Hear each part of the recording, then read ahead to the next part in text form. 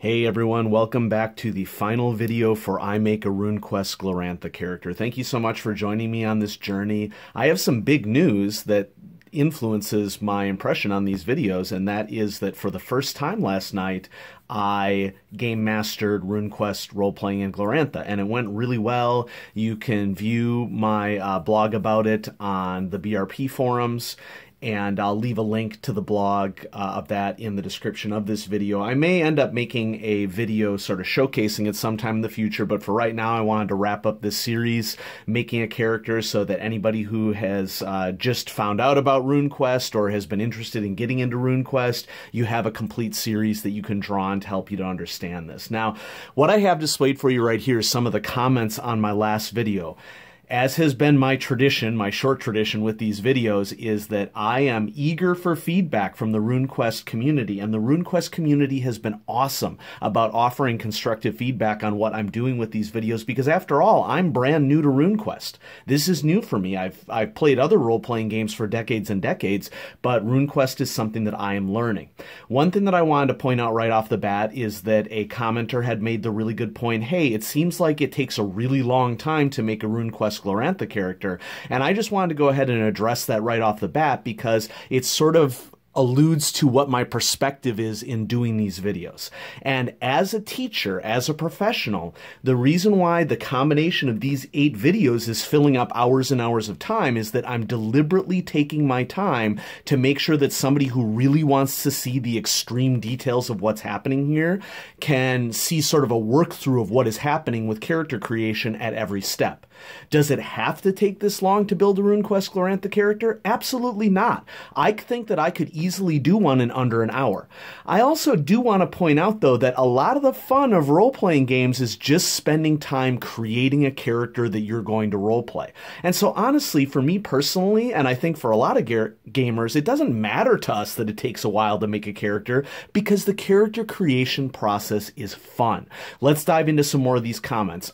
John is pointing out in a comment here, I wanted to bring that up to everybody before we close out the series, that I made an error in the last video. You cannot choose rune magic from an associated cult. You can choose spirit magic from an associated cult, but you can't choose rune magic from an associated cult. That will not affect Ezreal because all of her rune magic I picked from the Babeester cult section.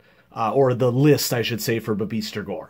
And then Vaughn is pointing out, and it sort of got cut off here on the side of the printout here, but he made a point that I had chosen the spirit magic spell Vigor, which increases my constitution. He made the very good point that just because my character's constitution increases and that potentially has an effect on that character's encumbrance, that doesn't mean it removes the limitation of encumbrance that is present from strength. And so given that strength is the big limiting factor for Ezreal, he made a really good suggestion. Instead of the Vigor spirit magic spell, consider the Strength spirit magic spell. And I think that that was a really good idea. I went ahead and opened up the book to page 267, which has the entry for Vigor here. This spell adds 3 points to the con of the target and improves hit point. It may increase the target's maximum encumbrance, and I was not really paying too much attention to the may.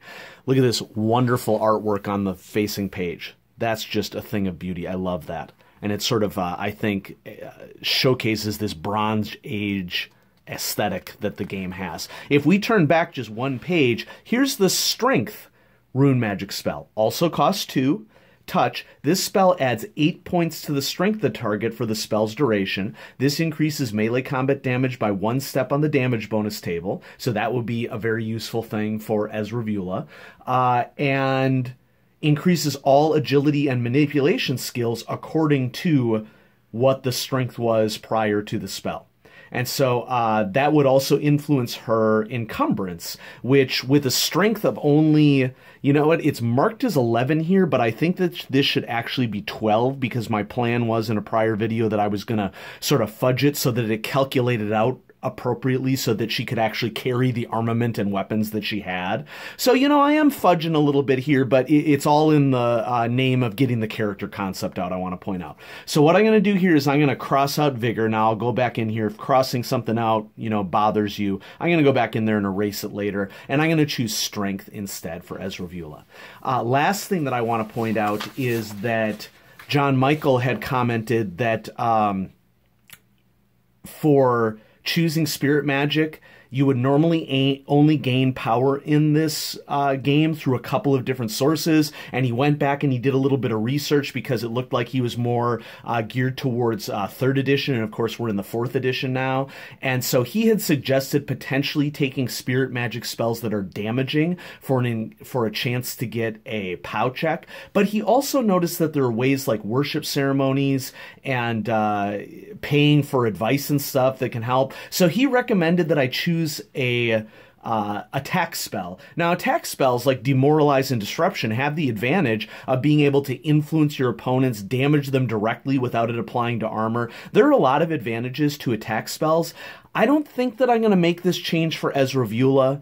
And I totally understand John Michael's logic behind this, but I just wanted to point out that this was another thing that was something that somebody brought up, and it is worth your consideration, that there are only limited ways to gain power in this game, and that therefore influences how much you could devote potentially to future rune magic.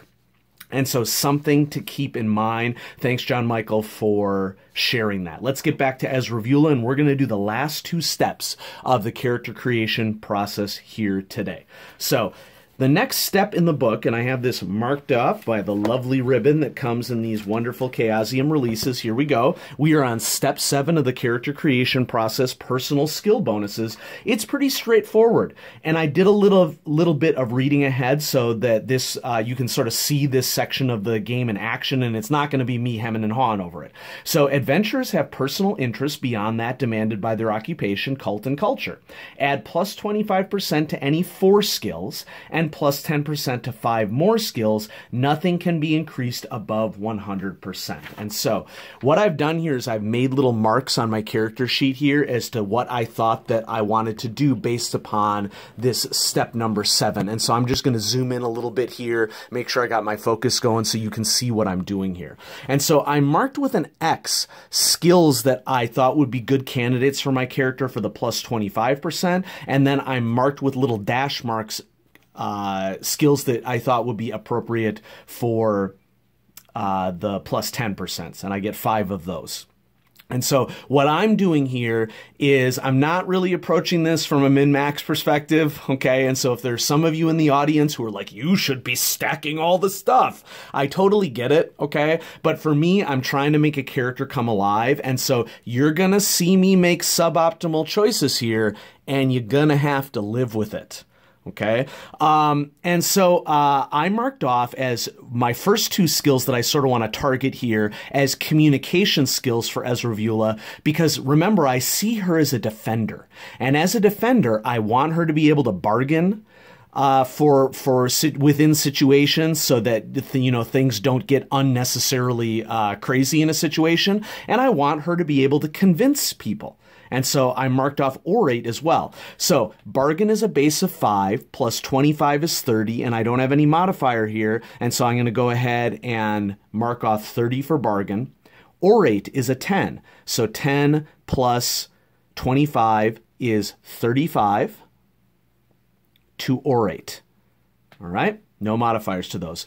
I also selected javelin because I want her to be a little bit better at ranged weapons. Okay, so instead of my 40 that I have right here, I'm going to increase that by 25 to 65. Note that the modifier for manipulation is already factored into this, so I'm not adding it.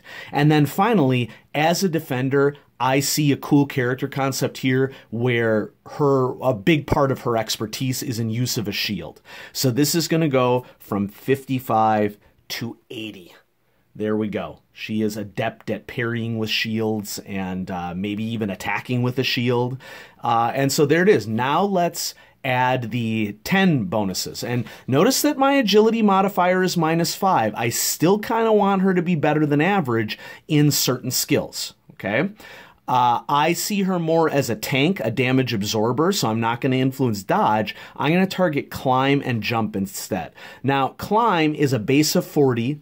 I'm at a -5, so that's 35, and I add 10 to that. My climb becomes 45. That's my first. Jump is dex times 3. Ezreviula's dex is 10, so dex times 3 would be 30, and I'm going to add 10 to that is 40, -5 is 35 to her jump skill. A little bit of lead breakage there. That's okay. All right, that's 2 out of the 5 for this. Next, I think that it would be interesting for her to know a little bit more about her homeland. And so I've selected Homeland Lures, another one of these candidates that I think that would be good. It's a base of 30. She has a modifier of +5 is 35. +10, she goes to 45 on Homeland Lore. I think that that would help her to sort of know what to do when she's trying to talk her way out of situations. And then 4, Scan, a valuable skill, see in danger before it happens. So my Scan is presently at 40. I'm going to bump that up to 50. And then last but certainly not least, I kind of see her sometimes trying to solve problems not with a weapon, and so I want to improve her grapple. Her grapple base is 25, +5 is 30, and another 10 is 40 to her grapple. And so that's how I'm spending my personal skill points. I know that there are members of the audience who are screaming about optimization right now. You know what, folks? It's okay. I'm trying to do a character concept here. Okay? So that was personal skill bonus. Pretty simple. Okay, there is a section here I want to point out for related languages. That's not something that I'm going to feature in this video because I want to keep the time of the video down to a manageable amount. And so you can look up, there's several cases in which you get languages at 1/2 or 1/5 values depending upon what languages are related to different regions. Now for step 8 is other information, and some of this stuff is stuff that we've already done before. Okay, so I've already decided on what her gender is, name, age and year born. This is something that you can flesh out. Your adventure is expected to be age 21, okay, when they start off. You can determine the season, week, and day in which your adventure is born. And I'm just going to peruse the character sheet right now to see if there is a place where that gets placed. And I'm just going to put it under notes right here because I'm not finding the precise place for it. And so, season, the highest rated elemental rune is your season of birth. Okay, so my highest rated elemental rune is Earth. Let's go to the Earth section here. Okay, so Earth. I'm not seeing the season listed here, and so clearly I should have done a little bit more to prepare for this section. I'm not really sure where I would find this information, okay? Well, I suppose there must be a section here for calendar that lists like what months are associated with which calendar sections, and I'm going to guess here that it's back in the between adventure section, so let's just turn back here quickly to see if I can get it here. Okay, so there's information on sacred time. Okay, I'm not finding the section that shows which months are associated with which runes, and so this is an example of something that you can use to flesh out your character. I apologize that I wasn't prepared for this section. I figured that that was something that would be present in the text or that it would point me to a page, okay, but it isn't. So I'm just going to roll with it. You can determine the age and year born and the specific season, week, and day that you were born. That's something that you can do. I'm just going to assume that she's right-handed because I'm right-handed. You can do scars. And so under combat notes, I'm going to say, I know for a fact that she does have a scar based upon her occupation. She might have a couple of them as well. So I'm going to go with a scar on her left forearm. Left forearm. And I'm also going to say that she has a scar right along her hairline as well. So just going to throw in a couple of scars there. And that's just an opportunity for me to sort of flesh out where in her character's past those things happened. As we turn the page in step 8, I've already chosen some names for my family members. That's something that I can still flesh out. I've already chosen my tribe, city, and clan. Family heirloom. This is something interesting that I came across when I was prepping for this. Each beginning adventurer may roll once on the family heirlooms table to find one additional valuable and colorful possession. Make up the where and why of this if necessary. If you decide you don't want the item provided, ignore it. Or you can try to sell it once play begins if appropriate. And so here's the table on the next page. Family heirlooms. And this is a 1d20 roll. And so I'm going to roll 1d20. And I got a 3. A pot of woad, see rune magic spell Bless Woad, page 322, with 1d6 points of potency. Okay, so I'm going to write this under the additional magic here. A pot of woad, okay, that comes from the rune magic spell Bless Woad, and it has 1d6 points of potency to it. Let's go ahead and look that up real quick. It's on page 322. I love it whenever there are page references because then I don't have to guess. And so page 322, Bless Woad. This spell may only be cast by a full Wind Lord of Orlanth. It may only be cast during the High Holy Day of Orlanth upon a properly prepared pot of woad, a blue dye derived from the woad plant, and thus may only be cast once a year. The woad must be smeared over the naked body of the user. A casting of the spell enchants enough woad to coat one person. For each point of Bless Woad stacked in the casting, the woad acts as 1 point of armor and gives 1 point of magical protection. These points can be divided among several pots of woad. Any hostile spell affecting the wearer must contain more magic points than the wearer is covered in points of woad. Each day that the woad is worn, it declines in potency by 1 point. If the wearer ever puts on armor or clothing, the woad immediately loses all of its magic power. Once a pot of woad is enchanted, additional castings of Blessed Woad do not enhance its enchantment. If its pot is kept sealed, Blessed Woad never spoils. So I think that that fits into the defensive nature of Ezreal, but notice here that if I were to put on armor or clothing, it immediately loses all of its magic power. And so it seems like it might be a candidate, I don't know, for like protecting an NPC maybe that you're trying to protect. But I'm going to go ahead and go with that as her family heirloom. Okay? Starting reputation, I've already nailed down. And let's see. Let's check the character sheet here. There it is. My starting reputation is 6%. Okay, based upon the time of my involvement in wars, and the movement of any character is always 8 as they start out. And so that's just basically a base expectation of human characters anyway in Glorantha.